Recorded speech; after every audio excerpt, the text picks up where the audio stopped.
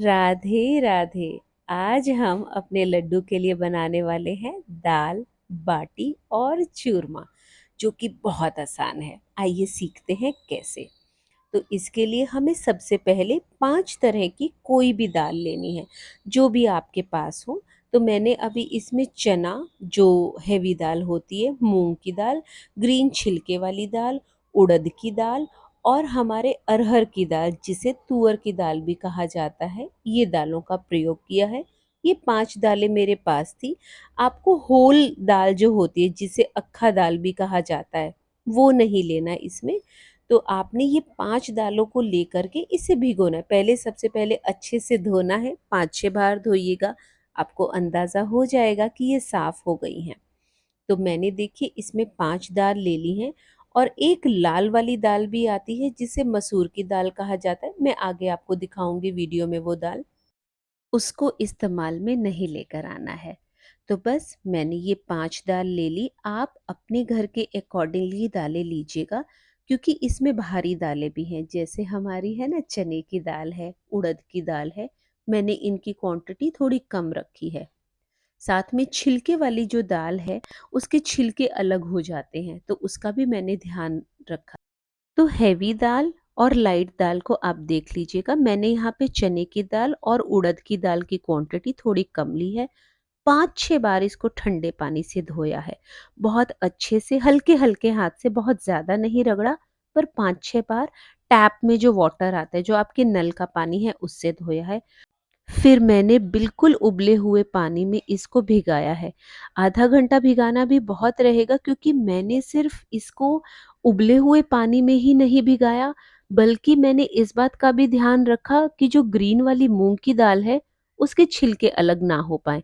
तो इस बात का आपने ध्यान रखना होगा। और ये देखिए, ये है वो दाल जो आपने इस्तेमाल नहीं करनी है, क्योंकि ईश्वर को मसूर की दाल का भोग नहीं लगाया जाता है। मैंने इसको आधे पौने घंटे तक भिगोया। भिगोने के बाद ये थोड़ी सॉफ्ट हो गई, क्योंकि उबले हुए पानी में भिगोया है, तो इसमें जो एक यूरिक एसिड की मात्रा है वो कम हो जाती है। मतलब यूरिक एसिड की एक प्रॉब्लम होती है, फिजिकल प्रॉब्लम। अगर आप दालों को अच्छे से ना धोएं, उनको ना भिगोएं, उनके ऊपर का झाग नहीं निकालें, तो बहुत ज़्यादा होने की संभावना रहती है। तो हमारे डाइटिशियन ने बताया था कि इस तरह से कर लेना चाहिए। तो मैंने उबले हुए पानी में जिस दाल को भिगोया, आधा पौना घंटे के आसपास मैंने भिगोया, कि मूंग की दाल का छिलका अलग ना हो जाए, इतना मैंने ध्यान रखा। उसके बाद प्रेशर कुकर में डाला, और मैंने जिस पानी में इसको भिगोया था, मैंने उस पानी को भी इस्तेमाल नहीं किया, क्योंकि मुझे डॉक्टर ने मना किया है कि उस पानी को आपने इस्तेमाल में नहीं लेकर आना, क्योंकि आजकल बहुत ज़्यादा एडल्ट्रेशन है, इसलिए। और अभी मैंने इसको नॉर्मल ठंडे पानी में, जो नॉर्मल अपना पानी होता है, आरओ का पानी डाला है, और मैंने इसको गैस पे चढ़ाना है। आपने अपने अकॉर्डिंगली इसमें हल्दी, नमक, ये आपने अपने अकॉर्डिंगली डालना है, जैसे आपके घर में खाते हैं। मेरे को तो जैसे राधा रानी बोलती है ना, मैं वैसे डाल देती हूँ। और मैंने इसको गैस पे चढ़ा दिया। गैस पे चढ़ाने के बाद आपने देखना है कि इसमें एक उबाल आ जाए। आप इसमें थोड़ा और पानी भी डाल सकते हैं। मैंने दाल थोड़ी ज़्यादा ले ली है, क्योंकि हमारे घर में दाल ज़्यादा इस्तेमाल होती है। पर आप ध्यान रखें कि प्रेशर कुकर इतना भरा होने से परेशानी हो जाती है। बस, फिर मैंने इसे गैस पे चढ़ा दिया, और गैस पे चढ़ाने के बाद आपने इंतज़ार करना है कि इसमें एक उबाला आ जाए। उबाला आने के बाद मैं आपको एक ट्रिक बोलूँगी, जो कि बहुत इम्पोर्टेंट है। तो ये देखिए, ये जो झाग आ रहे हैं ना, आपने इन झागों को निकालना है। कोई भी आप पानी का एक बोल ले लीजिए, और उसमें इसको साफ करते रहिए। ये बहुत सारे झाग आने वाले हैं, क्योंकि दाल की क्वांटिटी बहुत ज़्यादा है। तो मैंने साथ में एक पानी का बाउल ले लिया, और बाउल में इसको खाली किया, मतलब स्पून साफ होनी चाहिए। और आप बिल्कुल ना सोचे कि ये एक बार आ रहा है, नहीं, जैसे जैसे दाल बॉईल होगी वैसे वैसे ये आएगा।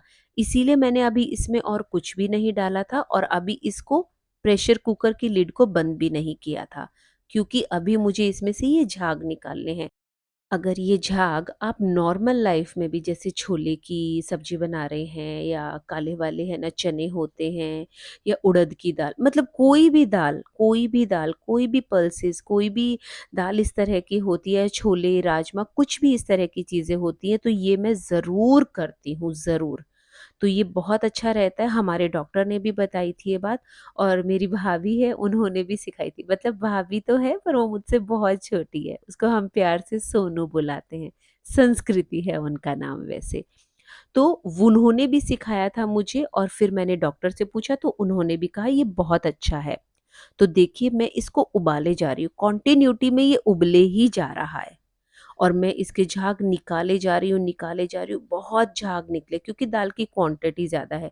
यहाँ पे आपको बहुत शांति से ये झागों को निकालना होगा। अगर हम इन झागों को नहीं निकालते हैं, तो भविष्य में आपको यूरिक एसिड की प्रॉब्लम होने की संभावना है, ऐसा डॉक्टर कहते हैं। तो मेरी कोशिश रहती है कि कोई भी इस तरह की चीज़ मैं बनाऊँ, क्योंकि ये जो झाग है ना, ये गलते नहीं हैं। तो ये एडल्ट्रेशन होने का सबूत होता है। आप कितने भी अच्छे ब्रांड का ले लीजिए, सील पैक वाला ले लीजिए, अगर खुला लेते हैं तो उसमें तो पक्का ही पक्का होगा।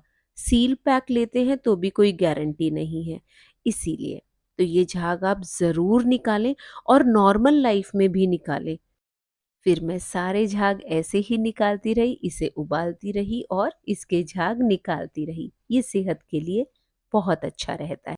साथ ही मैं आप सभी को बता दूं, दाल बाटी चूरमा बनाना बहुत आसान है, बहुत बहुत आसान है। उसमें बहुत सिर्फ घर की चीज़ें इस्तेमाल होती है। दालें हमारे पास होती हैं, 5 दालें नहीं है, 3 दालें मिला लीजिए, 4 दालें मिला लीजिए, कोई ऐसी बात नहीं है। पर मुझे ऐसा लगा कि 5 दालें, क्योंकि मैंने जब इसको बनाना शुरू किया था और मेरी जो राजस्थानी फ्रेंड है उससे पूछा था, उसने ये कहा था कि 5 दाल होनी चाहिए। पर 5 दाल नहीं भी है तो कोई बात नहीं, आप ये ना सोचिए मैं दाल लेकर आऊँगी फिर अपने लाला को रिझाऊँगी। ऐसा ना सोचिए, जो भी दालें हैं वो आप इसमें डाल लीजिए। मैंने आपको बताया है कौन-सी दाल नहीं होनी चाहिए। तो अब देखिए ये सारे झाग मैंने निकाल दिए हैं, प्रेशर कुकर लगाया, उसकी व्हिसल लगाई और इसको स्लो गैस पे बनने दिया। स्लो गैस पे बनने देने का कारण क्या है? सिर्फ़ एक ही, क्योंकि ये मेरी ज़्यादा भरी हुई है, तो मैंने स्लो गैस पे बनाया। अब मुझे इसमें चेक करना है क्या चने की दाल गल गई? क्योंकि अगर चने की दाल गल गई है ना, तो मतलब सारी दालें गल गई हैं। मैंने इसको आधे घंटे यानी कि 30 मिनट के आसपास धीमी आंच पे रखा था। और अब इसका छौंक देख लेते हैं। हरी मिर्ची, टमाटर, अदरक। अदरक अगर आपके घर में खाते हैं तो डालिए, वैसे टेस्ट भी बहुत अच्छा आता है। तो मैंने एक पैन लिया, थोड़ा सा बड़ा पैन है, इसमें बहुत ही कम घी है, मतलब बहुत ही कम घी, मतलब हम लोग इस तरह थोड़ा घी कम इस्तेमाल में लेकर आते हैं। उसके पीछे कारण ये है क्योंकि बाटी में काफ़ी घी इस्तेमाल होता है, फिर ऊपर से भी डालते हैं, थोड़ा चूरमे में भी डाल सकते हैं, इसीलिए। तो अब मैंने छौंक के अंदर जीरा डाल दिया है, थोड़ी-सी हींग डाल दी है और घी मैंने घर का बनाया हुआ घी लिया है, ठीक है? तो आपकी जितनी क्वांटिटी ऑफ दाल है उसी के हिसाब से आपने मसाले डालने हैं, और आप ये ना सोचे कि मसाले आप डाल रहे हैं। श्री जी खुद ठाकुर जी के लिए आपके घर भोग बनवाने आई हैं। तो मैंने इसमें ग्रीन वाली मिर्ची डाली जो हमारी चिली होती है। हम रेड वाली मिर्ची ज़रा कम इस्तेमाल में लेकर आते हैं, लाते हैं पर मेरी कोशिश रहती है ना लेकर आएँ। उसके बाद मैंने इसमें ग्रीन वाली मिर्ची डाली है, तो मिर्च मैंने घी में इसलिए डाली ताकि उसकी स्पाइसीनेस, जो उसका तिखटपन होता है ना, वो थोड़ा हल्का हो जाए। अब मैं इसमें डालूँगी टमाटर और उनको सॉफ्ट होने के लिए रख दूँगी। मैंने इसमें 3 साढ़े 3 टमाटर लिए हैं क्योंकि बड़े-बड़े थे। आपकी दाल की क्वांटिटी जितनी है उसी हिसाब से आप इसमें टमाटर लें, साथ ही इनको सॉफ्ट होने के लिए छोड़ दें। अब आप एक बात को और ध्यान रखिए, जिन्हें स्टोन की परेशानी है, पथरी की परेशानी है, वो अपने टमाटर से बीजों को निकाल दें। बहुत अच्छा एक साधन है कि टमाटर के 4 पीस करके उसके बीजों को आप हाथ से या नाइफ से निकाल सकते हैं, और अगर परेशानी होती है तो पानी के नीचे कर दें तो वो खुद ही बह जाएँगे। तो बस मैंने अब इसको ढक दिया है और ढकने के बाद मैंने ये पानी गरम होने रख दिया, क्योंकि गरम पानी लगेगा। हमारी दाल में पानी चाहिए ना, बहुत ज़्यादा गाढ़ी दाल नहीं होती दाल बाटी में। अब देखिए ये टमाटर मैं चेक कर लेती हूँ कि ये सॉफ्ट हुए या नहीं हुए। तो हाँ जी, ये सॉफ्ट हो गए हैं। फिर भी मैं इनको पीस के देख रही हूँ। मैं फिर से आपको एक बात बोलना चाहूँगी, मसूर की दाल इस्तेमाल में ना लेकर आएँ जो लाल रंग की होती है, ठीक है? तो बस अब ये टमाटर हल्के-हल्के हो गए हैं, पिस गए हैं, इनसे बहुत अच्छा स्वाद आएगा। अदरक के लच्छे भी डाल सकते हैं आप। तो अब थोड़े से मसाले और ऐड होंगे। मुझे इसमें धनिया डालना बहुत अच्छा, मतलब बहुत अच्छा टेस्ट आता है, पर धनिया मैं बाज़ार का नहीं डालती, घर में ड्राई रोस्ट करके थोड़ा-सा उसको हल्का-हल्का पीस लेते हैं, जिसे दरदरा पिसा हुआ कहते हैं। तो दरदरा पिसा होने से जब वो टेस्ट में आता है ना, मतलब दाँत के नीचे उसका दाना आता है, तो अद्भुत स्वाद आता है उसका। तो आप इस तरह एक बार कोशिश करके देखिएगा कि आप इसमें धनिये का पाउडर घर का कूटा हुआ या घर का पिसा हुआ डालें, तो बहुत अच्छा स्वाद आएगा और बहुत ही अच्छी खुशबू आएगी। अब मैंने इसमें थोड़ी-थोड़ी करके दाल डाली है, ताकि जो हमारी चने की दाल है ना, वो हल्की-हल्की मैं पीस दूँ। तो बस आपने ऐसे डालना है, पानी आपको अपने अकॉर्डिंगली करना होगा एडजस्ट। मैंने थोड़ी दाल ज़्यादा लगाई है इसीलिए। और मेरी एक आदत है, मैं ज़्यादातर चीज़ों को ढकने की कोशिश में रहती हूँ, क्योंकि ढकने से उसकी फ्रेगनेंस है ना और अच्छी, उसकी खुशबू मतलब खाने की खुशबू और अच्छी हो जाती है। अब मैंने सारी दाल इसमें डाल दी है और पानी मैं इसमें अभी डालूँगी, और पानी जो मैं डालूँगी वो उबला हुआ पानी डालूँगी। नॉर्मल पानी आरओ से लेके डालने से स्वाद एकदम खराब हो जाता है। अब बस मैंने इसमें पानी डाला है, धीरे-धीरे मैं इसके पानी को एडजस्ट करूँगी, डालती जाऊँगी, उबालती जाऊँगी। उबला हुआ पानी है ना, इसीलिए काफ़ी जल्दी इसमें उबाला आ जाएगा और ये बहुत ही स्वादिष्ट दाल होती है और इसमें बहुत अच्छा टेस्ट आता है। बाटी के साथ तो ये बहुत टेस्टी लगती है। और हाँ, एक बात और, बाटी के साथ ये दाल इस्तेमाल भी बहुत होगी, इसीलिए दाल खुली होनी चाहिए। अब हम बनाएँगे बाटियों के लिए आटा। तो हमें चाहिए अजवाइन, जीरा और उसके अंदर हमें डालना है थोड़ा-सा धनिया। ये धनिया वही घर का पिसा हुआ दरदरा धनिया है। और घर का पिसा हुआ मैं बार-बार इसलिए कह रही हूँ, क्योंकि घर का पिसा हुआ जो धनिया होगा वो थोड़ा-सा दरदरा होगा, मार्केट वाला नहीं। तो बस मैंने अपने आटा गूँथने वाली मशीन है या फिर फूड प्रोसेसर भी बोलती हूँ मैं इसे, मैंने इसमें सिंपल आटा व्हीट फ्लावर डाला है, जो गेहूँ का आटा होता है। उसमें मैंने जीरा, धनिया का पाउडर, मतलब धनिये का पाउडर नहीं, दरदरे वाला धनिया वो, साथ में नमक, और हाथ से थोड़ी-सी पीस करके हाथों की हथेलियों के बीच में हम जैसे अजवाइन डालते हैं ना, वो अजवाइन डालनी है। अब यहाँ पे सवाल आता है कि कितनी अजवाइन, कितना जीरा, कितना धनिया और कितना नमक? तो वो आपके आटे पे आधारित है। आपने जितना आटा लिया हुआ है उसी के अकॉर्डिंगली, बहुत ज़्यादा नहीं होना चाहिए। बहुत ज़्यादा होगा तो स्वाद फिर खराब हो जाएगा। तो आपने अपने अंदाज़े से, जैसे पूरी के आटे में हम अजवाइन और नमक डालते हैं, ऐसे ही डालना है। जनरली इसमें लोग तेल भी डालते हैं या घी भी डालते हैं कि बाटी खस्ता होगी, पर मैं इसमें कोई तेल या कोई घी इस टाइम पे नहीं डालती हूँ, जब ये आटा गूंद रहा होता है। बाद में मैं थोड़ा ऑलिव ऑयल या घी का हाथ ज़रूर लगा देती हूँ, पर वो भी सिर्फ़ बाटी के टाइम पे। मैंने पहले भी आप लोगों से साझा किया था कि मैं ज़्यादा तेल और घी वाली चीज़ों को प्रेफ़र नहीं किया करती हूँ। तो आटा गूँथ गया बस, और उधर हमारी दाल भी रेडी हो गई है। दाल को देख लेंगे और दाल को स्लो गैस पे रखेंगे। तो स्लो गैस पे रखने से वो धीमे-धीमे उसके मसाले पकेंगे, उसकी फ्रेगनेंस, उसकी खुशबू पूरे घर में महक जाएगी। और बहुत ही टेस्टी खुशबू आ रही है। मैं सूँघ पा रही हूँ, इसीलिए आप लोगों को बता रही हूँ। और बस मैंने खुली दाल की है और ये मैं आपको दिखा रही हूँ पानी की क्वांटिटी मैंने कितनी रखी है। बहुत ज़्यादा पानी-पानी भी ना हो और बहुत ज़्यादा गाढ़ी-गाढ़ी भी ना हो, क्योंकि बाटी में काफ़ी अच्छी दाल इस्तेमाल होती है। तो बस अब मैंने थोड़ा-सा घी या थोड़ा-सा तेल, जो भी आप डालना चाहते हैं वो डाल लीजिए। और और फिर आटे को हल्के हाथ से मल लीजिए। ये मैंने घी डाला है और 1 ही चम्मच घी है। बस उसको मैं फैला दूँगी। पहले मैंने फ़र्श बहुत अच्छे से साफ़ किया था, क्योंकि आटा थोड़ा ज़्यादा है तो चकले पे नहीं आएगा। चकला चकला होता है जिस पे हम रोटी को बेलते हैं। अभी हमारी भाषा में चकला ही कहा जाता है। मैंने लास्ट टाइम भी पूछा था ना आप सभी से कि आपके में चकले को क्या कहा जाता है?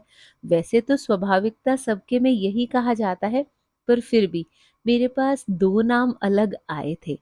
तो मैंने इस तरह से आटे को लिया और इसको घी जो मैंने नीचे रखा था, उस घी से हल्का-हल्का, हल्का-हल्का बाँध दिया। घी से ये बँध जाता है और ये ना बहुत सॉफ्ट-सॉफ्ट सा हो जाता है और बिल्कुल थोड़ा-सा घी लिया है, बहुत ज़्यादा घी नहीं लिया, आपने देखा है मैंने साथ-साथ आपके लिया है। तो बस हमें उस घी को इसमें रमा देना है। इससे ज़्यादा ना मैं इसमें घी डालूँगी और ना ही तेल।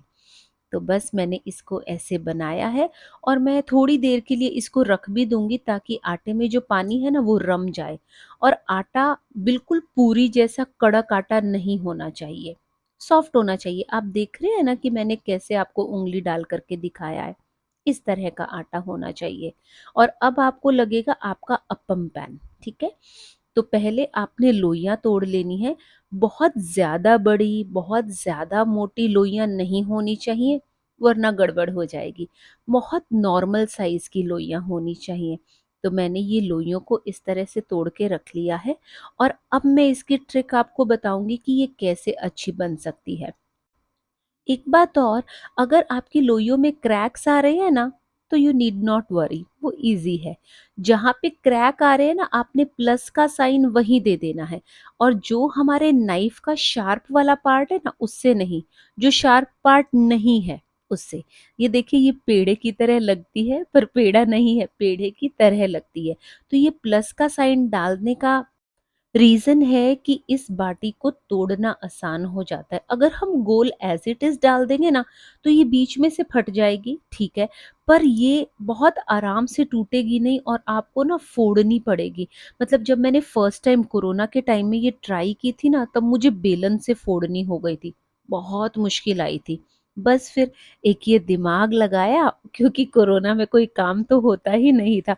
हम सब सोचते थे क्या बनाएँ, क्या बनाएँ? तो ऐसे ही बाटी ट्राई करी फ़ोन पे पूछ-पूछ के।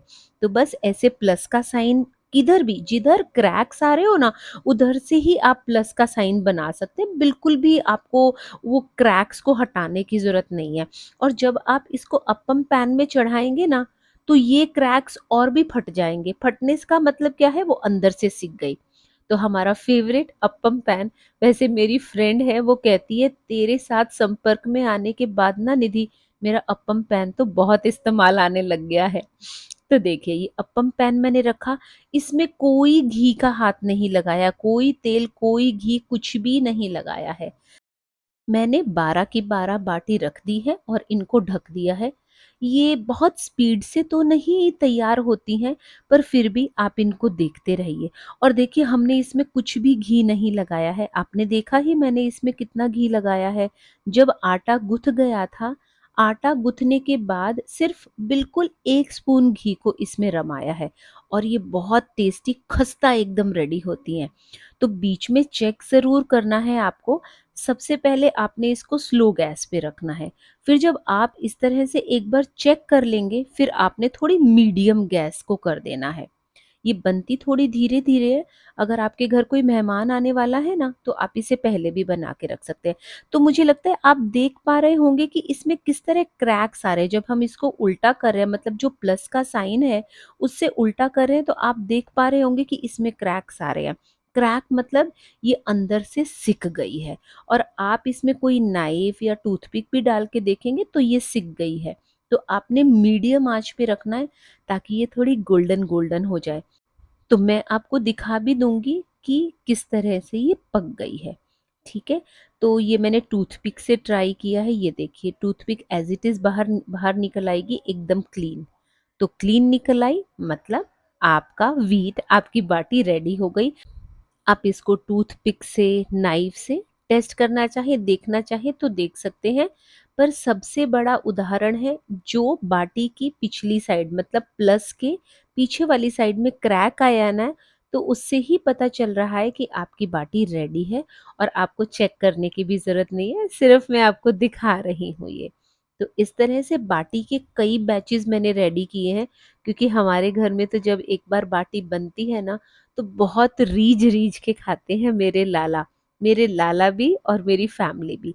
तो मैं इस तरह से कैसरॉल में रख लेती हूँ बाटी को, और फिर जब भी किसी को खानी होती है, माइक्रोवेव भी कर सकते हैं, पर मेरी कोशिश रहती है कि मैं इसको वापस से अप्पम पैन में ही रखूं।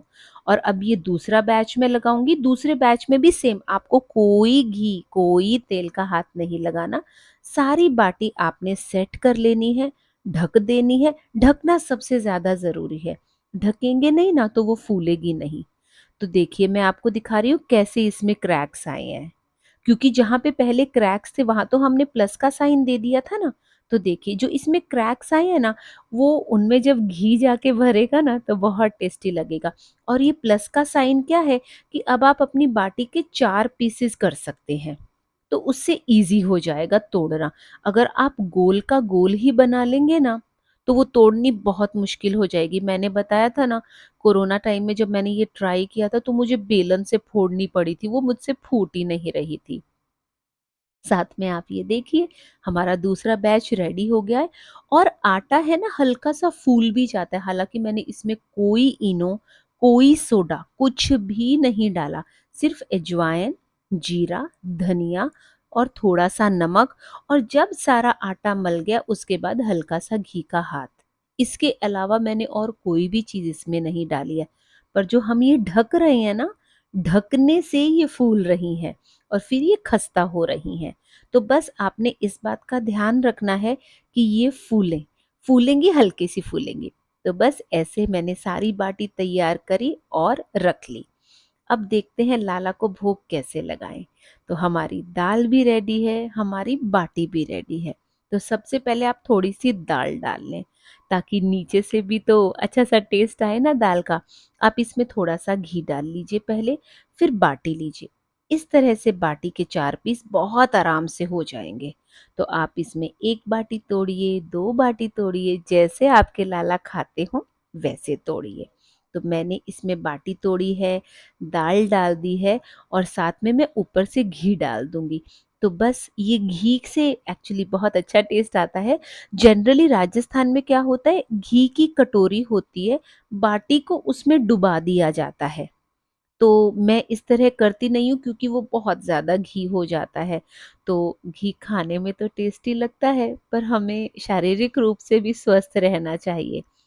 तो बस मैंने इस तरह से बाटी डाल दी, बाटी में दाल ज़्यादा हो तो उससे अलग ही टेस्ट आता है। और मैं ऊपर से घी डाल देती हूँ, ऊपर से जिसको जितना खाना है खा लो।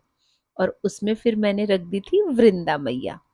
तो चलिए अब मैं सिखाऊंगी दाल बाटी के साथ चूरमा। तो ये मैंने बाटी तोड़ ली है, 4 पीस बहुत आराम से हो जाते हैं। आप करेंगे ना ट्राई, आप बोलेंगे ये तो बहुत अच्छी ट्रिक है। तो मैंने सिर्फ 2 बाटी ली है। 2 बाटी मैंने अपने मिक्सी के जार में ली और अब मैं इनको पीस लूंगी। और आपको ठंडी बाटी को पीसना है, एकदम गरम गरम बाटी लेके अगर आप पीसेंगे तो आपकी मिक्सी खराब हो जाएगी। ये जार है ना, ये जार में कुछ प्रॉब्लम आ जाती है। अभी क्या प्रॉब्लम आती है वो तो मुझे नहीं पता, पर हाँ, पहले मैं भी ये सब गड़बड़ कर देती थी, पर अब मुझे ज्ञान हो गया है। तो मैंने इसमें गुड़ डाला है और 1 चम्मच घी सिर्फ, और मैंने इसको पीस लिया है। पीस के आप देखिए ये थोड़ा सा दरदरा ही रहता है क्योंकि चूरमा है ना। तो आप इसको ऐसे भी खा सकते हैं, वाटी में डाल लीजिए और खा लीजिए, वरना मैंने इसके छोटे छोटे से लड्डू भी बांध दिए थे। टेस्ट तो सेम ही होता है कि लड्डू बांधे या कैसे भी करें, जो आपका मन हो।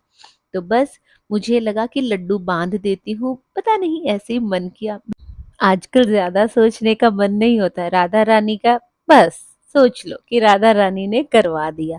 तो लड्डू भी बांध सकते हैं, एज इट इज चूरमा भी खा सकते हैं, तो जो आपका मन करे। और अब हम लगाएंगे अपने लाला को भोग। तो हमारी दाल, बाटी, चूरमा सब रेडी है। और हाँ, हमारे लाला की फेवरेट वृंदा मैया, तो ये दाल बाटी, चूरमा और बाटी भी मैंने साइड में रखी है। तो बस इस तरह से लाला को भोग लगाइए और खुश रहिए।